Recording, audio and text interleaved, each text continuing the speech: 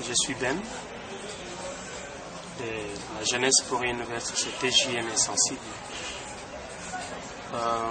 Les défis internes de la République démocratique du Congo sont énormes et importants. Au cours de ma vie, rien que durant ces 2 dernières décennies, nous avons souffert de la dictature, de la guerre, d'un environnement de corruption et d'impunité généralisée.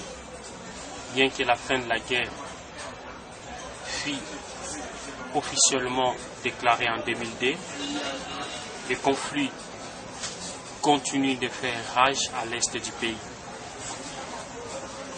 Du fait de la prolifération de groupes armés soutenus par des pays voisins, les responsables de cette situation ne sont toujours pas menacés et la population témoin de la disparition de l'heure est toujours en demande de justice. Groupement des jeunes Congolais, la majorité de la population a 18 ans, à moins de 18 ans même. Donc l'objet est de promouvoir l'engagement et la participation citoyenne de la société civile en mettant en œuvre des idées innovantes par l'utilisation des nouvelles technologies, par un leadership dynamique et responsable.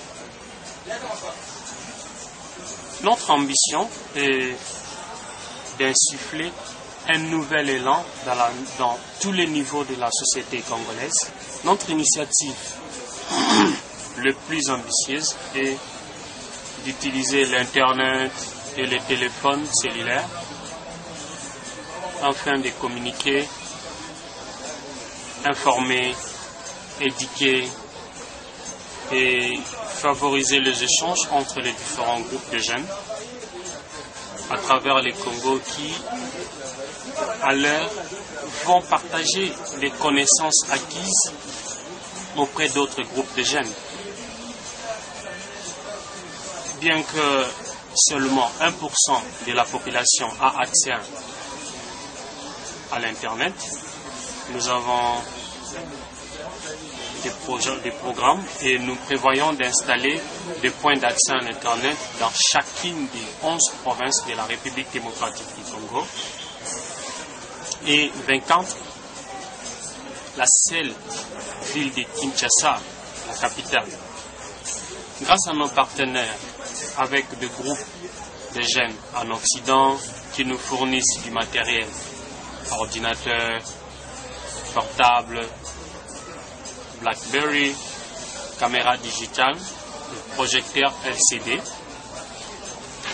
et des téléphones portables et des financements, quelques financements pour la jeunesse. Nous avons commencé à ouvrir des cybercentres dans différentes provinces. Jusqu'à présent, nous avons connecté entre elles 4 provinces via un réseau BlackBerry et ouvert un centre d'accès Internet à Kinshasa doté de plusieurs postes de travail. L'une de nos premières réalisations était l'utilisation des caméras digitales fournies par nos partenaires des États-Unis qui ont servi à recueillir des témoignages des victimes de guerre de 6 jours à Kisangani en 2000 entre le Rwanda et l'Ouganda.